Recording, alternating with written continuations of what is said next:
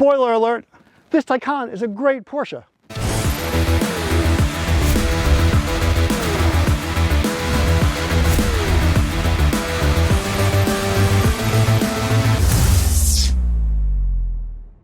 Welcome to GTS Car Life, I'm Thomas.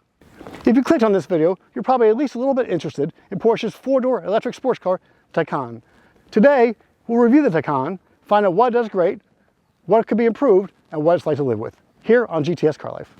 Introduced to the world at the Frankfurt International Motor Show in September 2015 as the Mission E concept, the Taycan raised the bar for electric cars in many ways. It's no secret that serious car enthusiasts are very skeptical with the idea of sports cars trading gasoline engines for electric power. Better than most, Porsche understands this. After all, the company built its reputation selling little sports cars with rear-mounted, air-cooled, flat six-cylinder engines. The Porsche faithful rebelled when the company added water cooling. How on earth would Porsche be able to make electric cars exciting? The company knew that its first electric, which became known as the Taycan, had to be nothing less than a great Porsche. The company started with an extroverted design that is at once futuristic, exciting, beautiful, sexy, and conveys power, all while still being recognizable as a Porsche. No small feat. When Porsche debuted the concept as the Mission E, even die-hard petrol heads like me couldn't help but get excited by the concept. I mean, if electric cars are going to be forced on us, who better to create an exhilarating alternative to the masterful appliances from Tesla than the company once known for boldly claiming there is no substitute. Porsche nailed the styling. Both inside and outside, I can't think of another four-door sedan or sport wagon that elicits more emotions than the Taycan. The silhouette is pure Porsche. The shape recalls that of famous Porsche race cars from the past, adds in the prerequisite 911 influence, and brings several all-new design cues from the future. If you take a look at this car and your heartbeat doesn't quicken, you may well be advised to seek medical attention, stat. The leading edge is very low, almost 911 low, and features a prominent splitter below its bottom breathing intake. With no gas engine up front, Porsche was able to gently sweep the hood up to the car's low belt line, also like a 911. In typical Porsche fashion, the front end also features prominent humps which begin at the headlamp enclosures and rise over the front wheel openings before blending in with the hood at the base of the windshield. The look, combined with beautiful and especially bright rectangular headlamps, is a look that very successfully bridges the company's previous models with those coming down the pike. Around the sides, the most notable details are the doors that hide the electric charging ports, one on each side, the air curtains, which are indeed functional on some models, the rather large side sills, and the flush-mounted pop-out door handles. These side sills help direct airflow around the car for increased stability and efficiency, but also contribute to making entry and egress more difficult than a comparable Tesla. The rear is not only the angle most likely to be seen by other drivers on freeways and twisty country roads, but may also be the most aesthetically stunning angle in a car with no shortage of breathtaking views. Introduced originally in a sleek, low-slung four-door coupe configuration, a stretched-roof sport wagon variation joined the fray 2 years later.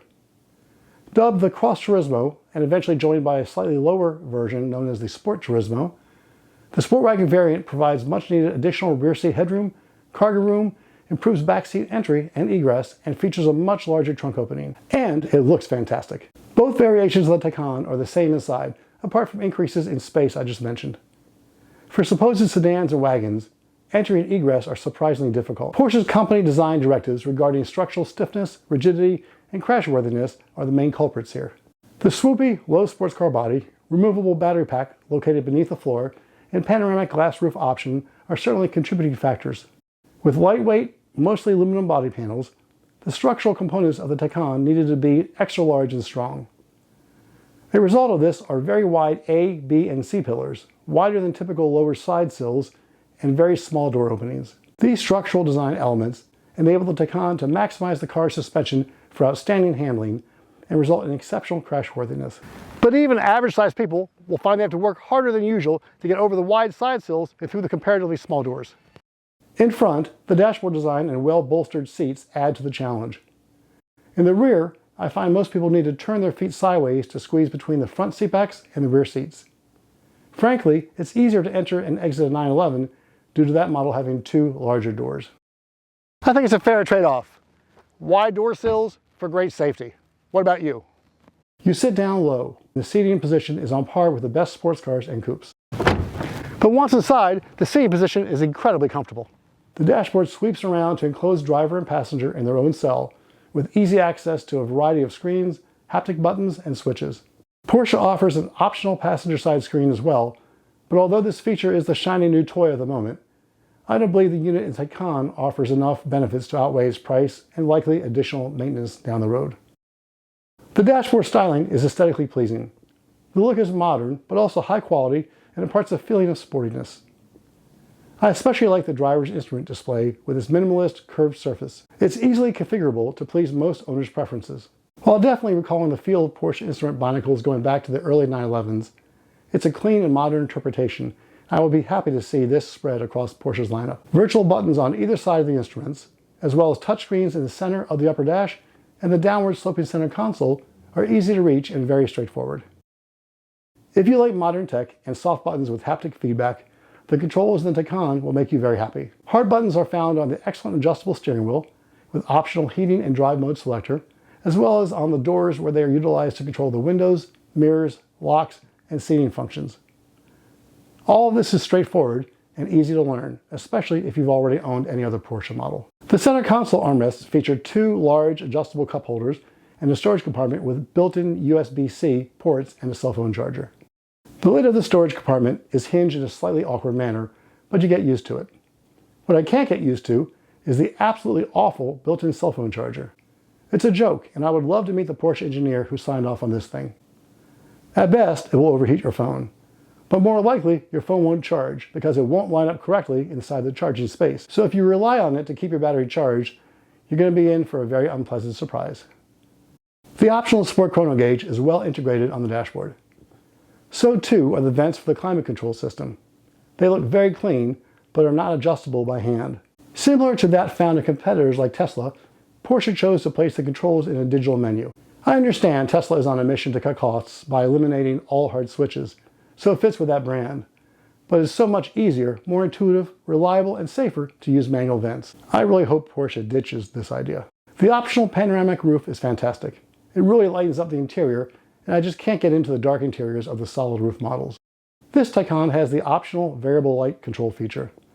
This $3,290 option takes the already excellent UV and infrared protection of the standard glass roof and allows you to frost over parts or all of the glass at your discretion. I don't think I would spend the money in cooler, darker climates, but here in Texas, it's a welcome addition. This Taycan was ordered with the 14-way comfort seats.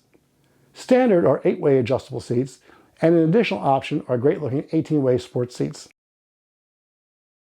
The rear seats come standard with 2 seatbelts and a storage tray. This Taycan features the optional third seat, and unless you're one of the few who leases a Porsche, I would recommend speccing this feature. It's very inexpensive, adds to the usability of the car, and will likely increase your buyer pool when the time comes to resell your Taycan. From the driver's seat, the car feels and drives like a modern electric 911. The low, sloping hood puts the driver in a command position. Visibility to the front and sides is very good, and I absolutely love the view over the seductively rounded fenders. They remind me of the view out from some of Porsche's best race cars. The seating position is excellent, only lacking somewhere to place your hand, since the transmission shifter is up on the dashboard, like the Porsche 918 Spyder hypercar. Using this setup, which is making its way into other Porsche vehicles now, is much easier than most alternatives I've used in other brands. Besides saving costs and weight by eliminating the old-style transmission shifter, it also frees up a lot of space to do many other things with that area in the future. Around back is where the Taycan Cross Turismo really stands out from the sedan version. To most eyes, the long roof, wagon-style body elevates the already exciting looks of the sedan and raises them to a whole new level. The wide, aggressive haunches make a powerful visual statement. No other manufacturer makes anything even close. It's been described as being painfully beautiful. The look is alluring, impressive, powerful, and yes, very attractive. The tailgate offers a sensor-operated automatic opening feature, as well as push-button close and locking. Inside, you'll find handy storage cubbies on both sides and a hidden storage compartment beneath the load floor. The rear seats are split fold, and the entire storage area is nicely finished and feels up to the level of the rest of the interior. On the road, the Taycan is a complete joy to drive. Power and torque are instant in a way only an electric vehicle can deliver.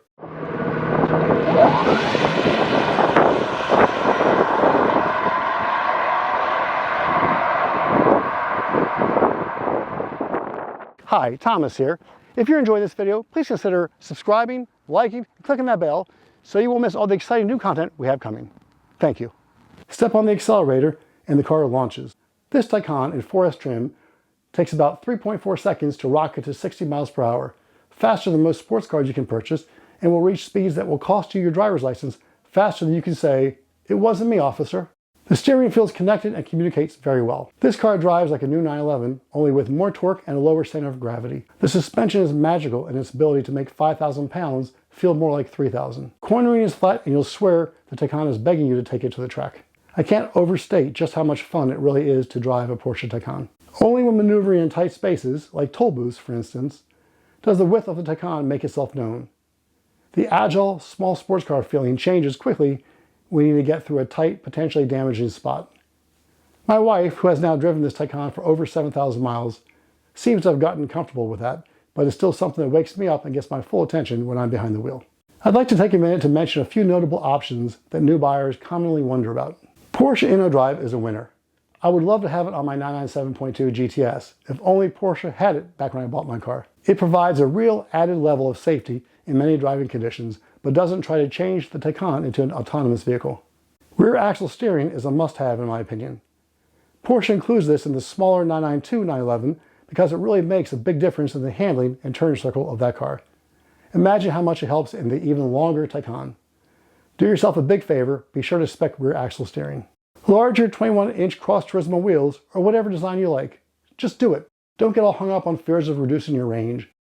These cars have much more range than the EPA estimate. In fact, we've seen as much as 311 miles, with 265 to 285 miles typical.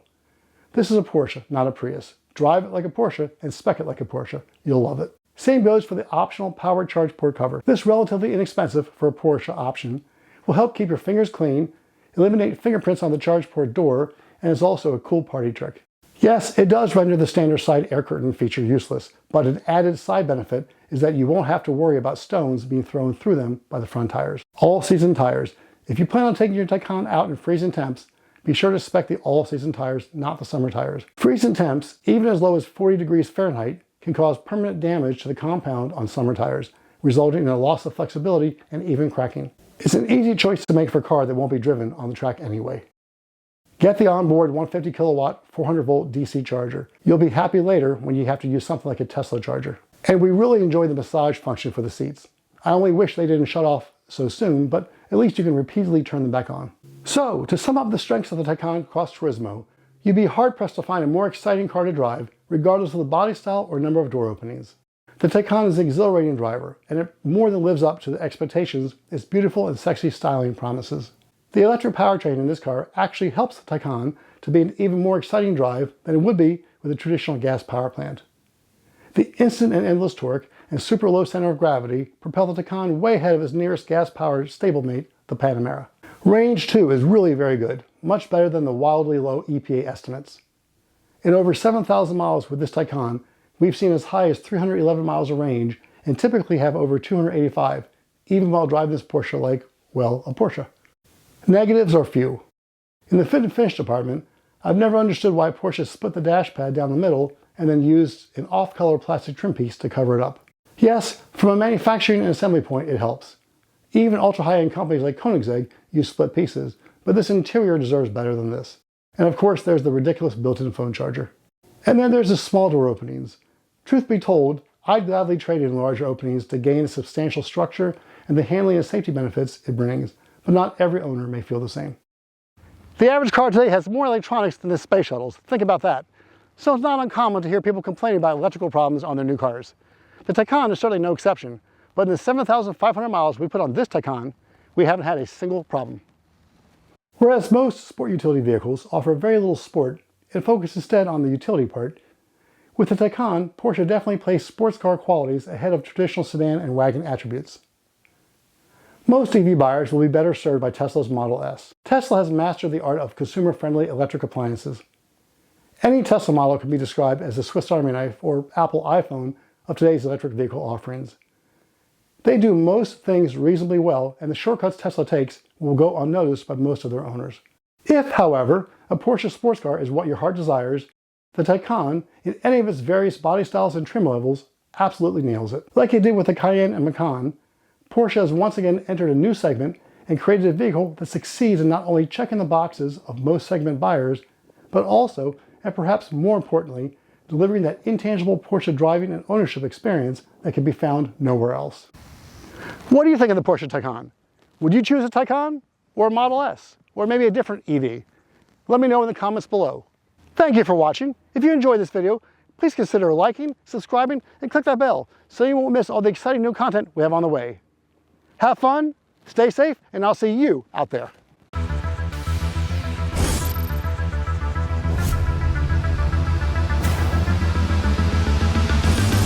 Thank you for subscribing.